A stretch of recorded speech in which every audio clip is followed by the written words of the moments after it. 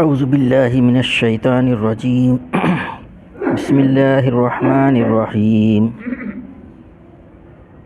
اذهب إلى فرعون إنه طغى قال رب اشرح لي صدري ويسر لي أمري واحلل عقدة من لساني يفقهوا قولي واجعل لي وزيرا من أهلي هارون أخي اشدد به أذري وأشركه في أمري كي نسبحك كثيرا ونذكرك كثيرا إنك كنت بنا بصيرا قال قد أوتيت سؤلك يا موسى صدق اللہ العظیم۔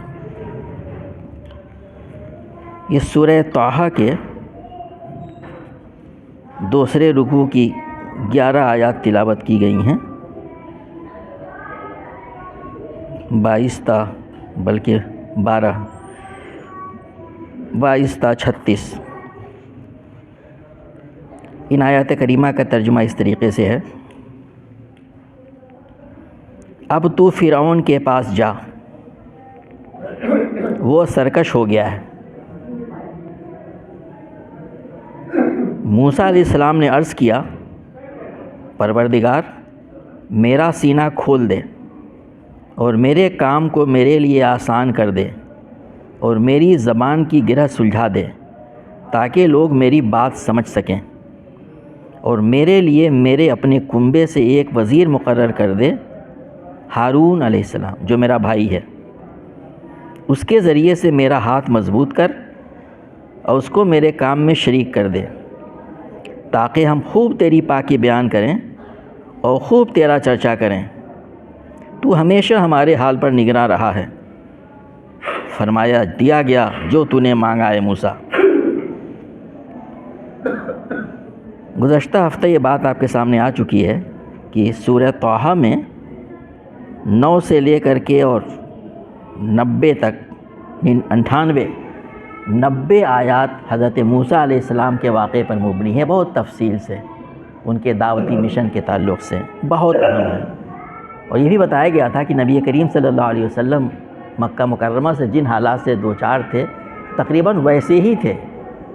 اسی لیے قرآن میں دوسری جگہ کہا گیا ہے کہ ہم نے تم کو اسی طریقے سے رسول بنا کے بھیجا جیسے ہم نے کما ارسلنا الی فرعون رسولا، جیسے ہم نے فرعون کی طرف رسول بنا کر کے موسیٰ کو بھیجا تھا۔ تو اس میں بڑا سبق ہے ہم لوگوں کے لیے بھی۔ پچھلے ہفتے یہ بات آ چکی، حضرت موسیٰ علیہ السلام مدین سے مصر کی طرف جا رہے ہیں۔ لوگ کہہ رہے ہیں کہ اپنے والدہ کے پاس اب جا رہے تھے 10-12 سال کے بعد، اور راستے میں اپنے اہل خانہ کے ساتھ تھے۔ بیوی تو تھی ہی، لوگوں کا کہنا ہے کہ کوئی بچہ بھی تھا، کوئی خادم بھی تھا کم سے کم، یعنی 2-3 لوگ تو کم سے کم ساتھ میں تھے۔ وہ واقعہ آپ کے سامنے آ چکا ہے کہ انہوں نے ایک جگہ آگ دیکھی، آگ جیسی چیز دیکھی، آگ سمجھ کے گئے، وہ اللہ تعالیٰ کی تجلی تھی، اللہ تعالیٰ نے آپ کو منتخب کر لیا نبوت کے لیے۔ اس کے بعد سے 2 ان کو بڑی بڑی نشانیاں عطا کی، اس کی تفصیل یہاں بھی آئی ہیں اور سورہ قصص میں بھی آئیں گے۔ اور اس کے بعد سے بتایا کہ یہ ہے 2 نشانیاں، اور ہم کچھ اور نشانیاں تمہیں دکھائیں گے۔ اذهب الى فرعون انه طغى، بہت چھوٹی سی آیت ہے۔ اب جا تو فرعون کے پاس، وہ سرکش ہو گیا ہے۔ سورہ قصص میں کہا گیا ہے کہ قوماً فاسقین، اس کے پاس جا، اسے ملائکہ کے پاس جا، یعنی ان کے جو ایان سلطنت ہیں، جو کیبنٹ والے ہیں، ان کے منسٹر، وہ سب بڑے فاسق ہو گئے ہیں۔ یاد رہے نبی کریم صلی اللہ علیہ وسلم تقریباً 40 سال کی عمر آپ کی ہوگی، اس سے زیادہ ہی ہوگی، تقریباً 30 سال آپ نے پلس مائنس مصر میں گزارے تھے، اور فرعون ہی کے وہاں رہ کے گزارے تھے۔ یہ تفسیر آئندہ آئے گی۔ کتنا بڑا ظالم تھا، سورہ اعراف میں اس کا ذکر گزر چکا ہے۔ ذرا تصور کیجئے کہ آرڈر یہ کر دیا گیا ہو کہ بنی اسرائیل کے ہر بچے کو یا تو قتل کر دیا جائے یا نیل میں پھینک دیا جائے، دونوں میں مرڈر ہے ایک طرح سے، اور ان کی بچیوں کو جیتا چھوڑا جائے تاکہ انہیں لونڈی بنایا جائے۔ آپ تصور کیجئے کہاں جائیں گے۔ ہم لوگ آج کل بہت پریشان ہوتے ہیں کہ پورے قوم، مفسرین نے تفصیل جاننے کی کوشش کی کتنے رہے ہوں گے، تو لوگوں نے تقریباً 16 لاکھ تعداد بتائی، اتنے بنی اسرائیل تھے اس وقت، 16 لاکھ، اس زمانے کی بات ہے یہ، مور دین 4000 ایئرس اگو۔ معمولی تعداد نہیں ہے، ان کے لیے آرڈر تھا یہ، اور سب دیکھ چکے تھے کتنا بڑا ظالم تھا وہ. اور اللہ تعالیٰ کیا فرما رہا ہے؟ اذهب الى فرعون انه طغى، جا تو فرعون کے پاس، وہ سرکش ہو گیا ہے. حضرت موسیٰ علیہ السلام وہ تمام ظلم ذاتی دیکھ چکے تھے. آج کل کسی سے کہا جائے جاؤ فلاں سے بات کرو، آپ سمجھ سکتے ہیں ہمارا کیا حال ہوگا. اللہ تعالیٰ نے چنا نبوت کے لیے. آپ نے اللہ تعالیٰ سے ایک التجا بھی کی. آپ نے فرمایا، یہ سورہ قصص میں ہے، قال رب انی قتلت منہم نفسا فاخاف ان یقتلون. موسیٰ علیہ السلام نے عرض کیا، میرے آقا میں نے تو ان کا ایک آدمی قتل کر چکا ہوں، میں ڈرتا ہوں کہ وہ مجھے مار ڈالیں گے. حضرت موسیٰ علیہ السلام سے ایک قتل ہو گیا تھا انجانے میں. آپ کو معلوم ہے کہ ایک قبطی اور ایک بنی اسرائیل کا نوجوان آپس میں کچھ لڑ بھیڑ گئے تھے، اور اس پہ وہ مدد کے لیے اس نے پکارا. ادھر سے گزر رہے ہوں گے اور مکہ سے مار دیا اس کو، ہی الفاظ استعمال ہوئے ہیں.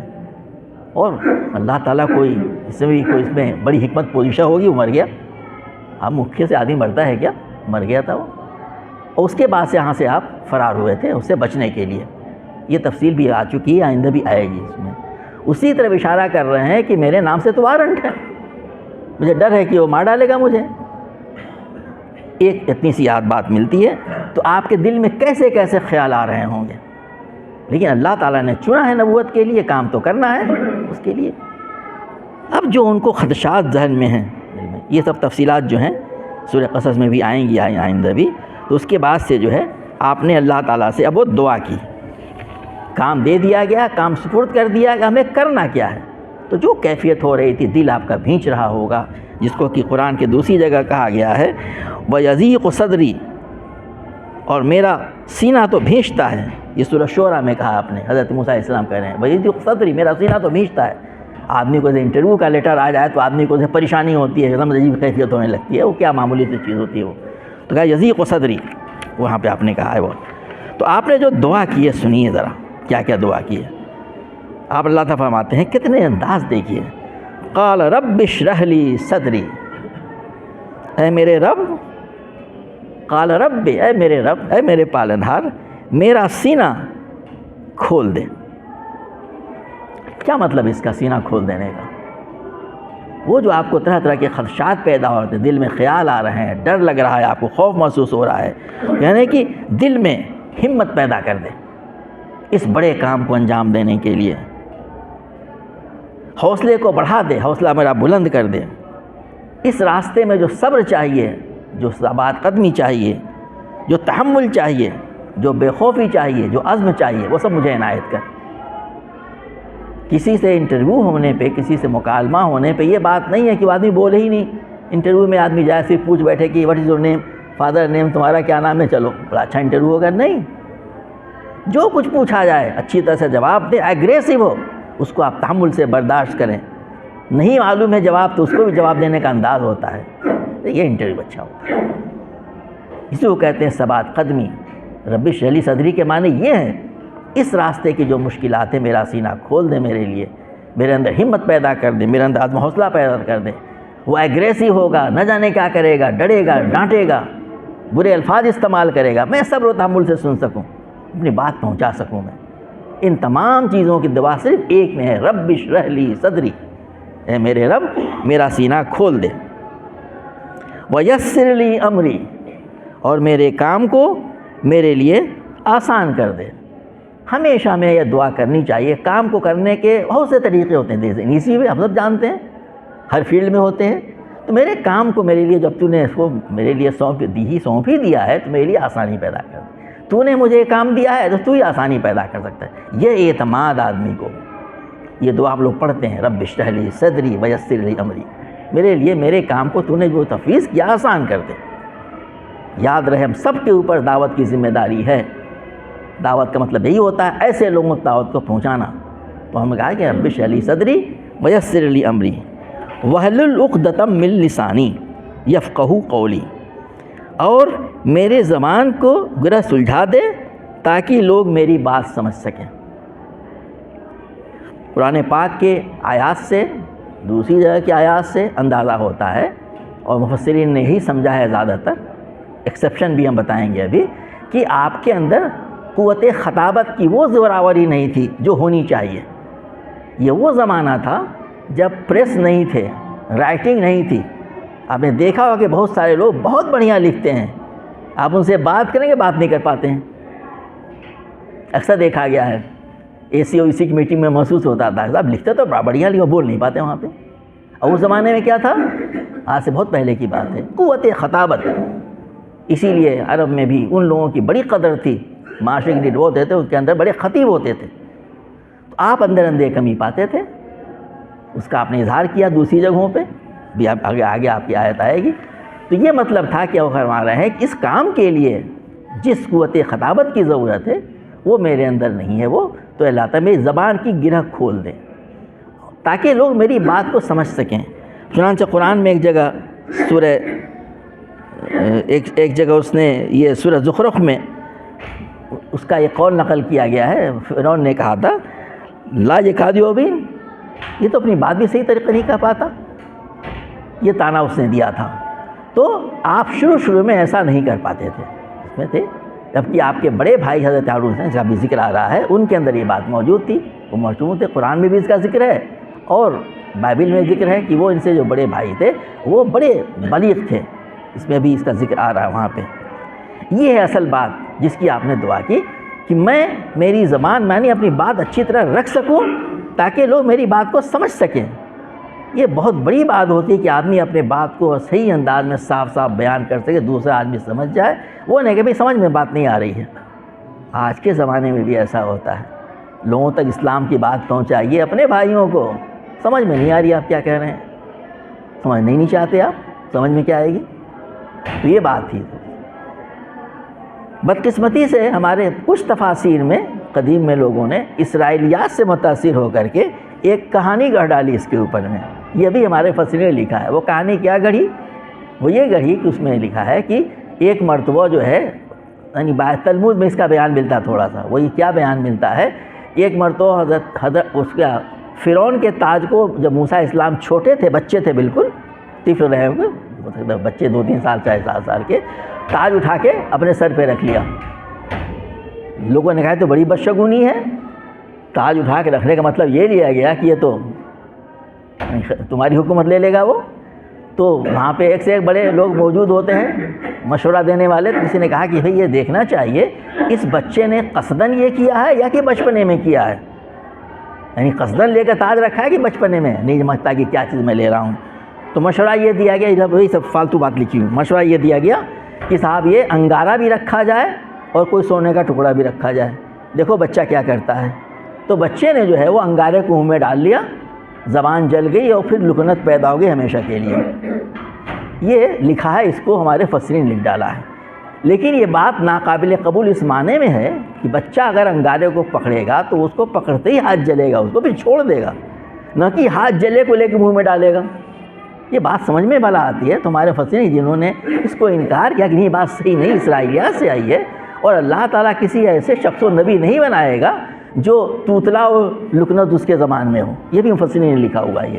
تو یہی بات صحیح معلوم ہوتی ہے کہ نبی حضرت موسیٰ علیہ السلام نے، اللہ تعالیٰ انبیاء کرام کو جو بھیجتا ہے وہ ہر طریقے سے وہ خوبصورت ہوتے ہیں، خوبصورت ہوتے ہیں، اچھے دل ڈول والے ہوتے ہیں، اتنے مضبوط تھے وہ کہ مکے سے مار دیا، ایک قبطی مر گیا، اور اس کے بعد سے انہوں نے جو بعد میں جو خطابت کی ان کے جو مثالیں ملتی ہیں قرآن پاک میں دیا ہوا ہے، وہ آگے تفصیلات بھی آئیں گی۔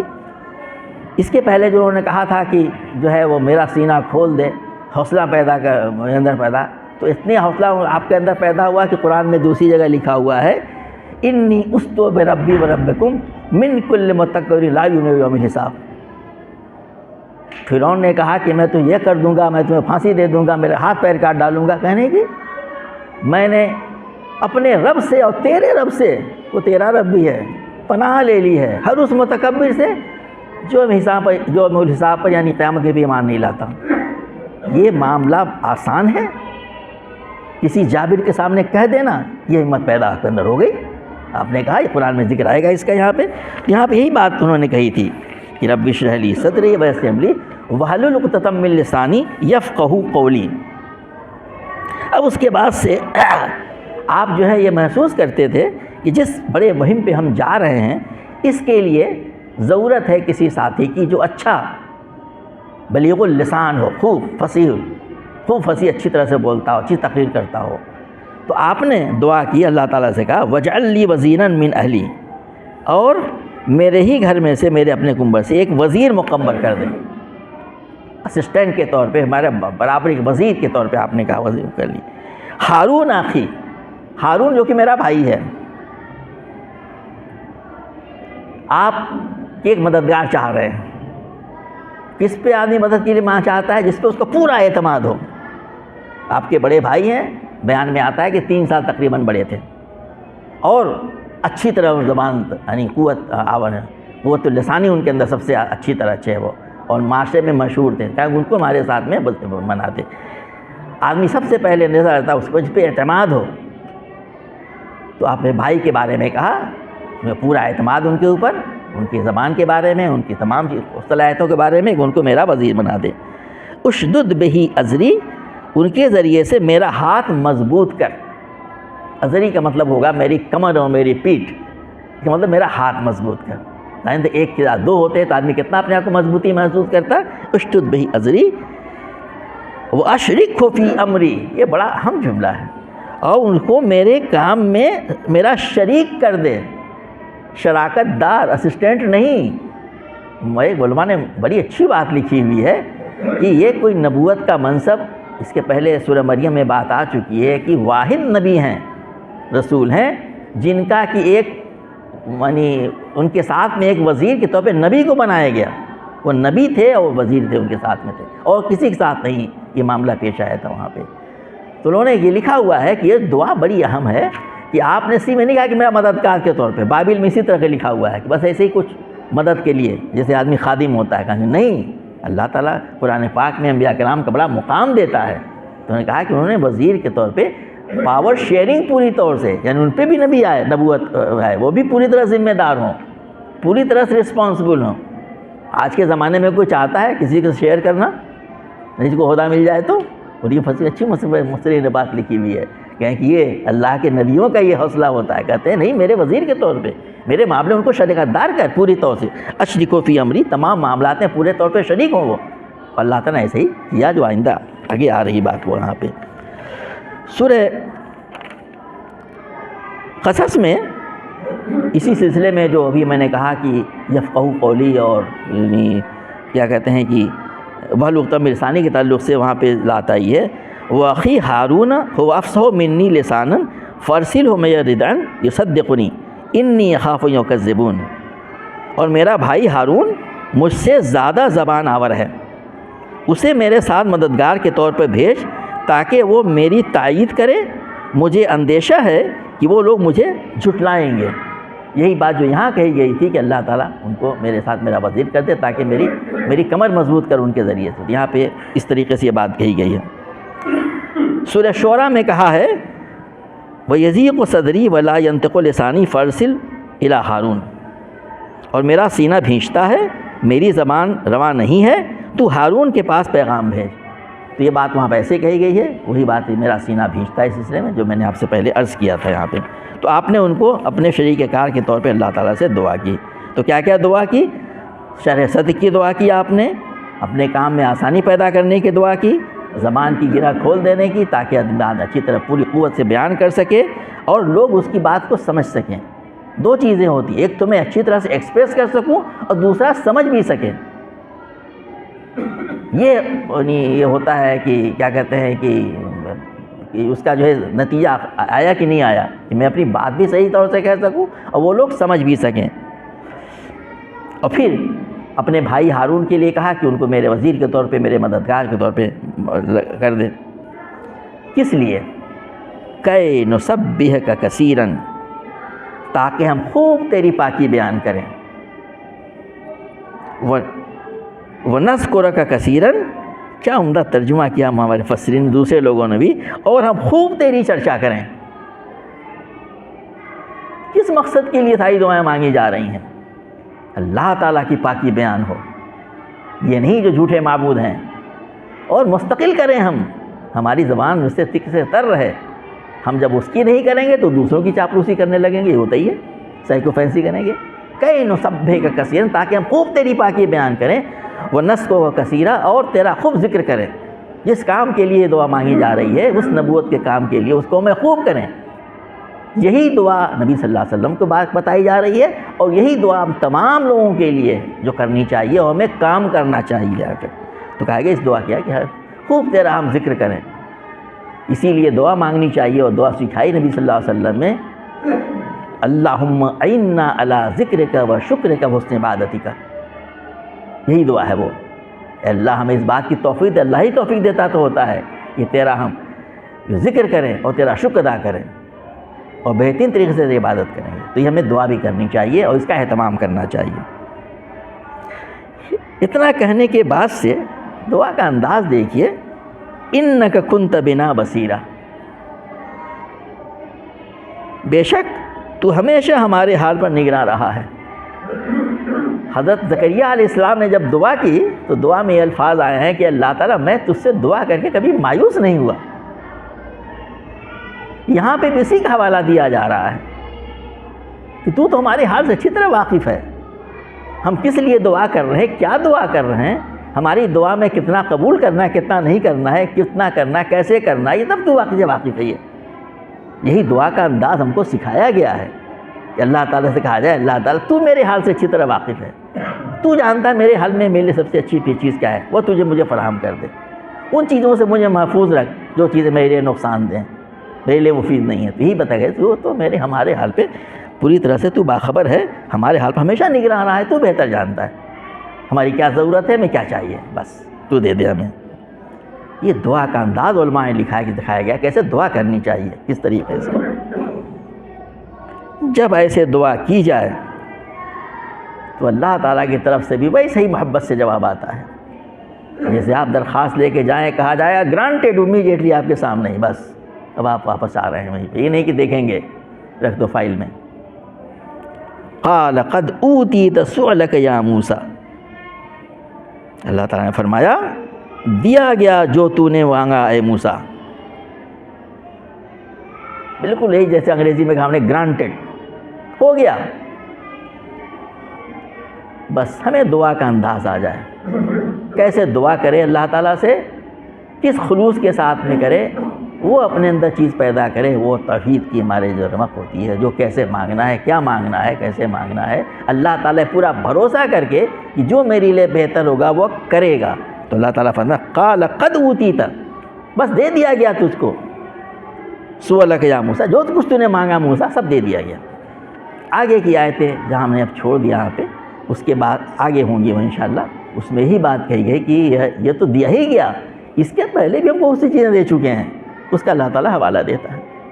میرے بھائیوں بزرگوں، قرآن پاک کی آیتیں جو ہوتی ہیں صرف واقعہ نہیں بیان کرتی، جیسے میں نے عرض کیا تھا شروع میں کہ نبی کریم صلی اللہ علیہ وسلم کے سامنے پیش کیا گیا اس مکے کے اس دور میں جب مخالفت اپنے شدت پہ تھی کہ لوگ ہجرت کرنے پہ مجبور ہو گئے تھے، ایسے زمانے میں یہ بھی نازل ہوئی تھی سورہ مریم کے قریبی کے زمانے میں۔ اس میں ہمیں وہ دعا کا انداز سکھایا گیا ہے، کیا کچھ ہوتا ہے دعوت کے راستے میں بتایا گیا ہے، کس اعتماد اور کس بھروسے کے ساتھ اللہ سے دعا کرنے یہ بھی بتایا گیا ہے۔ اللہ تعالیٰ ہمیں ان سب چیزوں پہ عمل کرنے کی، اللہ تعالیٰ سے ایسا تعلق پیدا کرنے کی اور اس طریقے سے مانگنے کی تنہائی میں، جس میں کہ اللہ تعالیٰ کہہ دے کہ بس دے دیا تم نے، ہم اللہ تعالیٰ ہمارے بارے میں یہ فیصلہ کر دے۔ اللہ تعالیٰ ہم سب لوگوں کو قرآن پاک کو پڑھنے، سمجھنے، عمل کی توفیق عطا فرمائے۔ سبحان ربک رب العزت یصفون وسلام علی المرسلین الحمد للہ رب العالمین۔ میرے بزرگوں، دوستو، 2 منٹ اور صرف یہ کہ ایک تو یہ کہ اگلے ہفتے سے رمضان مبارک شروع ہوگا۔ آج 26 تاریخ تھی، 27ویں شب شروع ہو گئی، تو 29 کا چاند ہوا تو 11 سے تراویح شروع ہوگی، اور 30 کا چاند ہوا تو 12 سے تراویح شروع ہوگی، یعنی تراویح جو ہے وہ بس 3 یا 4 دن ہے شروع ہونے میں۔ یہ رمضان کے مہینے میں حسب معمول یہ قرآن کا مختصر درس جمعہ کی نماز کے بعد ہوا کرے گا انشاءاللہ۔ دوسرے کہ 3-4 دن جو باقی ہے، نبی صلی اللہ علیہ وسلم کی طرف معلوم ہے کہ باہر لکھا بھی ہوا ہے بلغنا اللہم بلغنا الی رمضان وبارکنا فی، بارکنا فی۔ اللہ کے نبی صلی اللہ علیہ وسلم دعا کیا کرتے ہیں اللہ تعالیٰ ہمیں رمضان تک پہنچا دے اور اس میں برکت عطا فرمائے۔ تو اس کی تیاریاں تیاریوں سے کیا مراد ہے؟ استقبال جیسے آدمی کسی مہمان کا کرتا ہے ویسے آدمی ان منتظر ہو کہ اب 3 دن باقی ہیں، اتنا 3 دن، ارے کیوں نہیں کل، اس کا انتظار جیسے مہمان کا ہوتا ہے، اور اس کی تیاریاں کہ رمضان المبارک میں کیسے ہم اس کا بہترین سے اس کا فائدہ اٹھائیں، اس رمضان کی برکتوں کا، جو اپنی کمیاں ہیں اس کو دور کرنے کی کوشش کریں، قرآن سے ہم تعلق پیدا کریں، قرآن کی تلاوت بھی کریں، اس پہ غور و خوض بھی کریں۔ ہم انشاءاللہ تراویح پڑھیں گے، سنیں گے، یہ بھی کوشش کی جائے کہ ہم پورے قرآن کے ترجمے کے طور پر پڑھ لیں۔ جو لوگ قرآن پورے مہینے میں سنیں گے تو وہ جو جن کی زبان ہے وہ سمجھ ہی رہے ہوں گے کیا کہا جا رہا ہے، ہم دیکھ لیں، اس پہ غور و خوض کریں، نوافل کا اہتمام، اللہ کے راستے میں انفاق کا اہتمام، اور برائیوں سے بچنے کا، تقویٰ پیدا کرنے کا مہینہ ہے۔ تو ہمیں کوشش یہ کرنی چاہیے کہ جو کچھ ہمارے سب کے اندر کمیاں ہیں ہم اس کو پن پوائنٹ کریں ابھی سے، اور یہ ارادہ کریں کہ انشاءاللہ اس کو ہم اس رمضان میں دور کرنے کی کوشش کریں گے۔ جو ہمارے اندر کمیاں ہیں، بہت ساری کمیاں ہیں، اللہ تبارک و تعالیٰ میں قرآن رمضان المبارک کا صحیح استقبال کرنے کی اور اس سے کما حقو فائدہ اٹھانے کی توفیق عطا فرمائے۔ ربنا لا تزغ قلوبنا بعد إذ هديتنا وهب لنا من لدنك رحمة الله اللهم إنا نسألك رضاك والجنة وإنا نعوذ بك من سخطك والنار اللهم حبب إيمان وزينه في قلوبنا وكن بالجود الجهان اللهم من الراشدين وصلى الله تعالى سيدنا محمد وعلى آله وصحبه أجمعين برحمتك يا أرحم الراحمين۔